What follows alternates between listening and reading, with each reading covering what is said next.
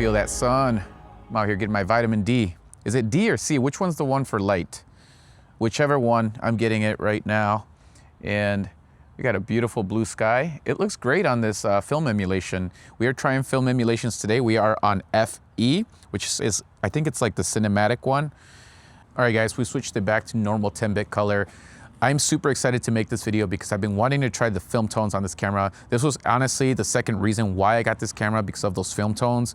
Now, I only have one request from DJI, and I hope that you guys bring the film tones to the Nano. I know you recently brought them to the 360. The Nano is a new camera too. It's newer than the 360, so I think that you should bring them to the Nano. And if you do, make sure that you add that opacity level adjuster for the film tones so that we can match all film tones throughout all three of the cameras. That would be amazing, because I love the Nano now, and it's become part of my vlogging kit, and it's a camera that I take out with me every day when I take this one out. So that would make my workflow a lot more seamless. So if you can bring those, that'd be awesome. Okay, the first thing I think we should start off with here is settings. And we are at 4K 24 frames, rock steady, shutter speed 100 to 8,000. The EV is now set to negative 0.7 EV. I know in my previous video I had set it to negative 1.7, then negative 1.3, and around that, around those levels, but that was because the camera at the beginning was not exposing correctly. After this new update, 0521, make sure you update your camera. You can now set it to negative 0.7 EV if you want to get the look that I get. It's now exposing perfectly like I wanted to. They finally fixed it. I'm so happy. Thank you, DJI, for that. So negative 0.7 is the EV. The ISO range right now, I have it at full max, which is 100 to 25,600 on this camera. I did change another setting too, and this is the aperture. I used to have it fixed at 2.8. I have it now on variable. I'm just gonna let it adjust whenever it wants to for now. I know that it's kind of funky, and I mentioned that in other videos, so I hope DJI is working on that. I'm pretty sure they are, because it's all over the internet. And finally, the texture is at -2, and here's a new one. I had set noise reduction to 0 because I feel like DJI's been doing a better job at noise reduction now, and I think that 0 is gonna work pretty good for normal 10 bits. So let's get started with the first film tone. Make sure you stay till the end, because at the end I'm gonna have D-Log footage, so you can pair my regular D-Log grade to the film tones, and you can let me know which one you like the best.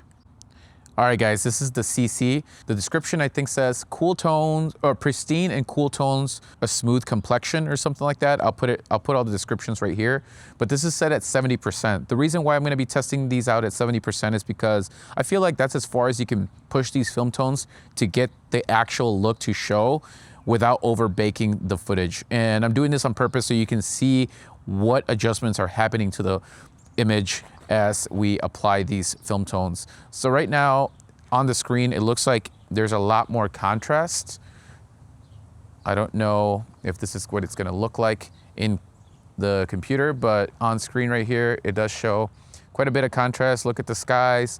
We finally are getting some greenery out here, guys. So I'm pretty excited about that, except the yard is getting a little muddy. Let's try a little backlit action here.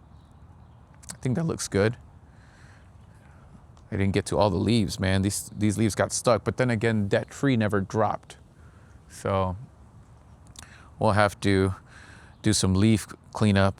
Probably not soon, because living in the Midwest is crazy. It could be melting right now, and tomorrow it could be 0 degrees. All right, let's go to the next film tone.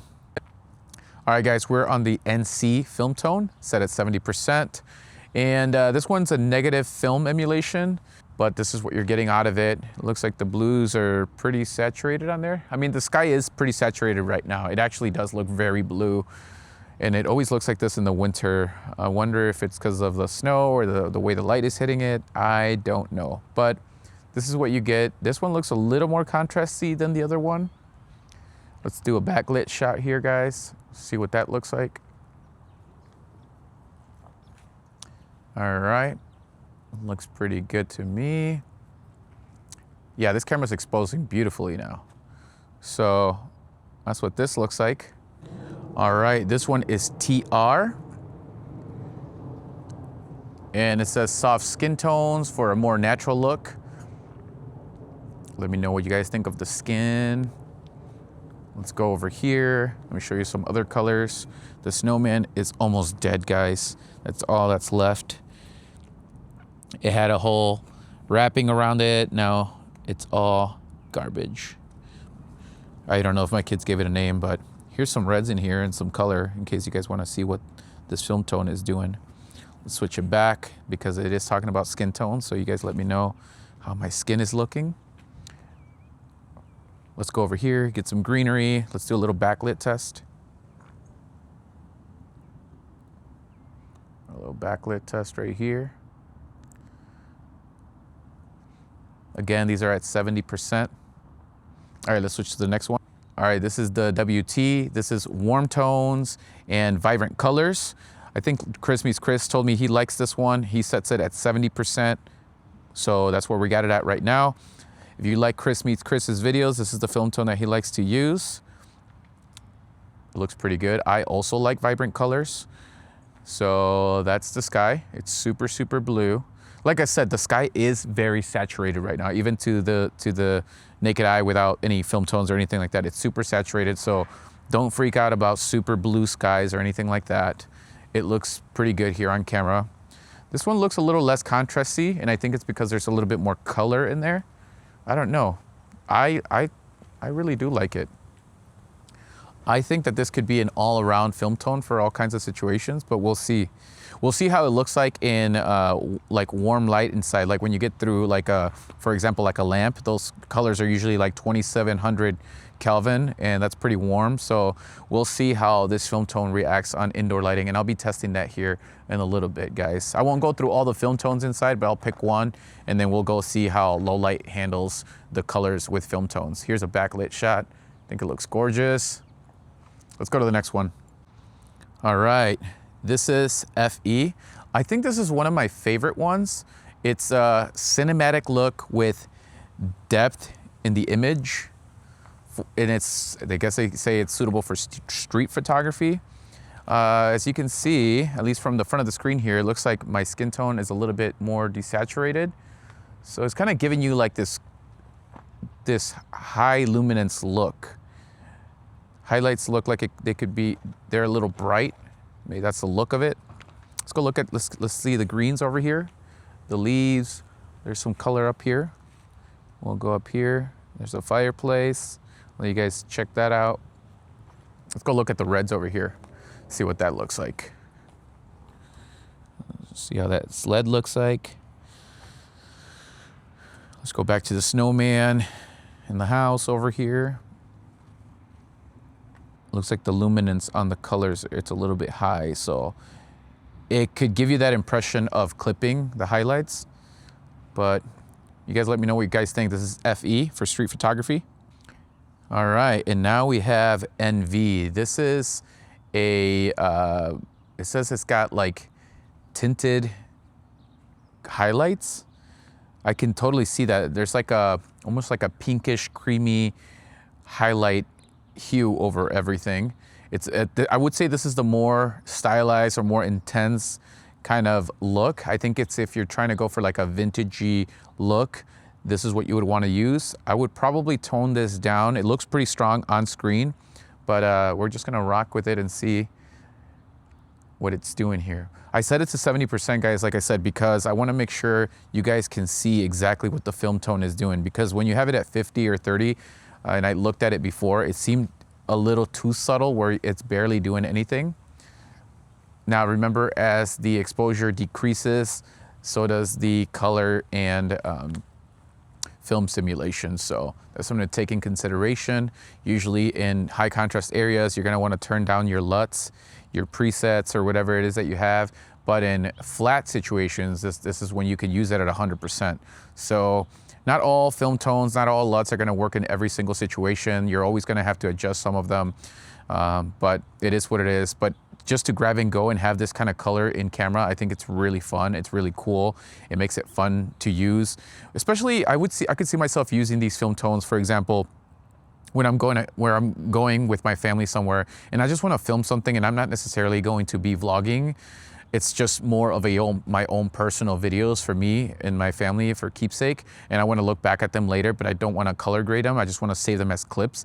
I would definitely be using film tones for that. So that's where, for me, the film tones are gonna be amazing. Because as you guys know, as a professional, I always like to mess with color. It's one of my favorite things in cameras, and DJI is just doing a killer job at it. All right, and lastly, guys, we are using Dlog M. This is just my regular color grade. And you can see that the cool thing with Dlog M is that you can adjust contrast in post. You have the most flexibility out of the image because you're capturing as much information in the shadows as well as the highlights, so you're able to kind of level those out a little bit, giving you a little more subtle, soft look, and it gives you full 100% control of your image in terms of color saturation, luminance, and all that good stuff. Here it is. Let me show you the reds over here, the little house. Let's go over back again. Do like a backlit shot here. I'm so happy now that DJI finally fixed the exposure metering on here because it's doing a great job. Even backlit is doing a great job. So here we go, we're backlit.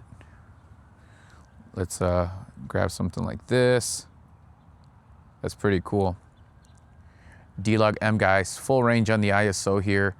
And what do you call it? The aperture is not fluctuating in Dlog M. It was for normal 10-bit color, but for this, it's stuck at 2.8. That's a problem that I've been having with 4K. I wonder if it's a D-Log thing, honestly. I wonder if with D-Log, the aperture just doesn't change as much. It's maybe it uses different parameters. Because with normal 10-bit color, it was shifting. Let me go back and test that out for you guys real quick. All right, we're back at, I think this is also my favorite, the WT. I don't know if I'll use it at 70%, but right now we're gonna keep it at that. Now let's see if this ISO fluctuates. Yeah, it does. See, right now we're at F4. Now, when I had it to Dlog M, it was not fluctuating at all. Right now, it's back down to 2.8. Let's see if I go this way. Yep, F3, F3.4, F4. So I can verify that with 10-bit color, I don't know what DJI is doing, but 10-bit color seems to be working pretty good with the film tones. We're gonna go inside through different lighting situations. We're gonna see the ISO crank all the way. I have it at full range, 0 on the noise reduction, and -2 on the texture. Let's go do a little noise test with the film emulation right now. What do you guys think of this look? All right, we're inside. Let's go over here. I'm gonna there's all kinds of lightings in here in my house, guys. Like, it's gonna go from like warm to light, by the window. What do you guys think of this film tone? This is the WT, 70%. Let's go back to this lamp over here because it's pretty warm. We'll let it adjust. Cool. Let's go to the low light situations over here. Going through the house again. I want to see if this aperture adjusts. My hallway is pretty dark. So let's see, we're here in the hallway. Let's see if the aperture adjusts. All right, it's still at 2.8.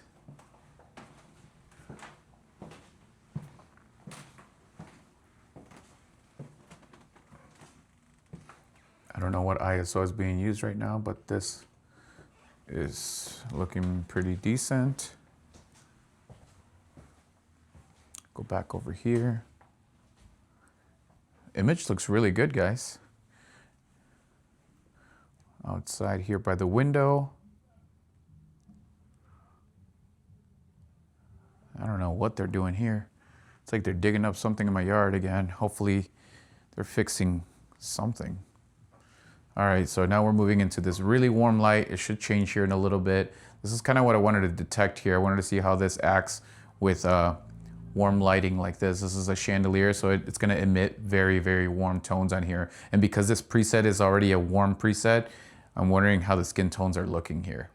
Like I said, there is an orangey, like yellowish light hitting me. So if it's like that, that's actually true to color. Now we're moving here, natural light, changed. It looks pretty natural to me, honestly. All right, let's see if this ISO fluctuates. Let me close this real quick.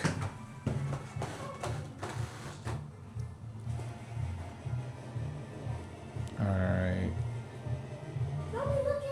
All right, yes. All right, I can confirm it takes a little bit, but the ISO has now dropped to f2. It is fluctuating. So it does work in normal 10-bit color. Let me know how the noise is being handled here, guys. This is really dark. Take a peek at the noise. Full range ISO. I'm assuming it's pushing it to 25,600 maybe. I don't know, I can't tell, but it is at f2. Let's go back down here.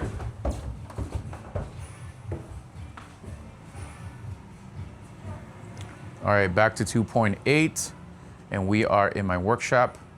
Oh, I got I got great news, guys. With the new update, DJI, I don't know if they mentioned it in the update, but the audio levels for the Mic 3 have been fixed. I can now set this thing to my regular -5 gain, and the levels seem like they're doing pretty good on it. So definitely update, because it fixes the peak audio problems that you had with syncing DJI mics to this camera. Anyways, guys, I hope you enjoyed all the film simulations. I'm really liking them based out of the camera here. I agree with Chris. WT, which is the vibrant color warm tone one, is my favorite. I do like to lean a little warmer with my edits, and this looks really good on the screen here, so I'm excited to go check it out in camera. I'm not gonna touch any of these clips except the Dlog M. I'm gonna make sure I grade that so you can compare it to the other film tones, but I hope you enjoyed this video. I got a lot more tests coming up for you guys, and if you guys are curious to learn something or anything about these cameras or making videos and stuff like that, please let me know in the comments, and I'll try my best to make a video for you guys. Take it easy, peace, catch you in the next one.